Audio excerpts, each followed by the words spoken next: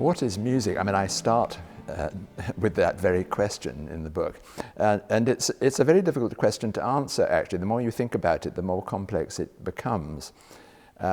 Some languages don't even have a word that means music in the sense that we do. They distinguish between singing, playing an instrument, worship. But we bring all these things together in English and call it all music. I think the easiest way to think about it is to think what is absolutely fundamental to music, and that starts before we're born. In our mother's womb, we hear her heartbeat, we hear her breathing, and we don't just hear this as a constant, but as she becomes energetic or agitated, the heartbeat gets faster, the breathing gets faster. When she's at rest, it goes slower and she rests. And it's not surprising then that almost everybody is born with some sort of idea of a sense of rhythm.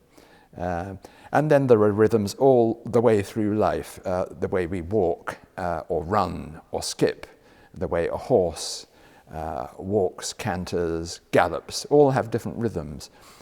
And I mean, there are broader rhythms which are less obvious, but you could still call them rhythm. The way the sea washes on the shore, the way the wind blows leaves in the trees, the way the sun rises and goes across the sky and sets. That's a sort of rhythm. And you could also say that, you know, eternity is a rhythm, you might say. It's a rhythm of endlessness. And music reflects all these things. All these rhythms are drawn by musicians together to create a sort of narrative, you might say. It's actually very difficult to write about music because, in a sense, there's nothing there. You know, if you write about architecture, there are the buildings and you can walk around them. Paintings, similarly. Plays, you know, the plays have a story which we will understand, and literature likewise. Music, it just comes at us through the air, sets our ears and our brains vibrating in strange ways, and then when it's finished, it's gone. You know, what is it? It is very difficult to pin down. And a lot of it one has to do by analogy, you know, by analogy with architecture or stories and so on, because somehow that gets us into what music is and why it's important. I would say the most significant development in the last 100 years or so, well, two really, radio and recording, which have had a tremendous effect on musicians. It meant that audiences now could just sit in their own houses listening to musicians, even though the musicians weren't there. I mean, that's a profound change. And for musicians themselves, it enabled them to build careers in a way they had never been able to before. I mean, just to take one example, if you think of the way the history of jazz developed from the early years of the 20th century through the development of the big band era and all the dance era, and then on to the pop era and what we have now. None of this would have happened in the way that it did without recordings and radio. That was really what spread it all to the extent that it did. A smaller example in recent times is the whole interest in period instruments, the so-called authenticity movement. That was really generated by recordings more than anything else. And everybody now hears these performances on these old instruments, and they hear them in their home again and again. That's the other thing about recordings. You hear it again and again and again. You get to know a particular performance with all its eccentricities and its character. And you could never do that before. You'd hear a performance and it was gone, and then you'd hear it the next time and it'd probably be different, even if it was the same person. I would love to learn more thoroughly how Indian music works. It's a fascinating and ancient art.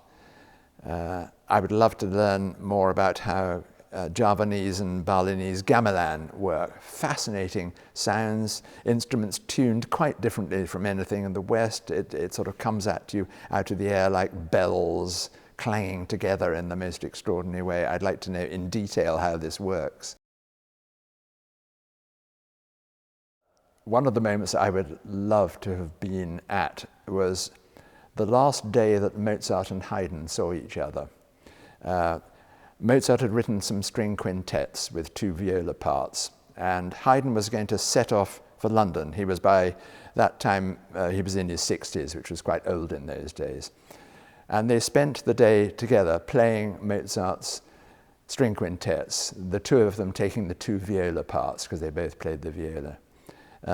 And at the end, they bid each other farewell, and Haydn was setting off for London. And Mozart tearfully said, "We probably won't meet again in this life," thinking that Haydn might be dead by the time Mozart hoped to see him again. But it was Mozart who died within the next couple of years. Such a sad moment, but to be at that final session that they had together would be wonderful. I do still get excited by new discoveries. I mean, I'm discovering them all the time. What I've written in this book is just the tip of the iceberg. It's not so much that I get excited by individual discoveries, but I get excited by the notion that everything leads in several different directions. Everything has a context, everything is connected.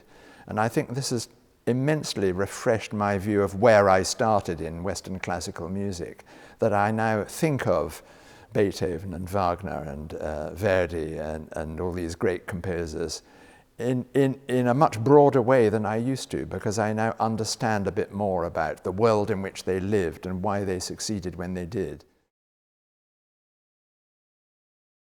I think one of the things one could say about the interaction between the West and other cultures is that it's gone through waves. There were destructive waves, and then engagement or interest by the West in other cultures.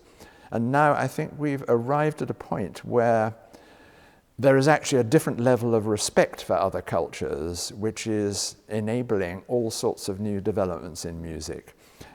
Musicians from different cultures, different parts of the world, often now come together in ensembles and form new ways of doing things. The genuine respect for different cultures of the world and the way that different cultures of the world are reasserting themselves musically and treasuring their own traditions and bringing them to the fore and everybody getting to know them. I think that is a wholly positive thing that can only get better and better as we go on.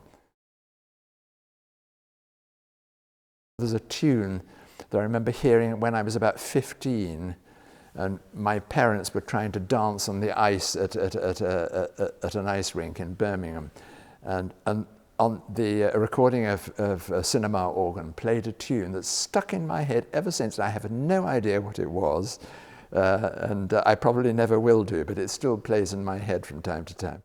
Da dee da da dum ba bum bum ba bum ba bum bum da da da da dum ba bum bum da dum ba dum bum, or something like that.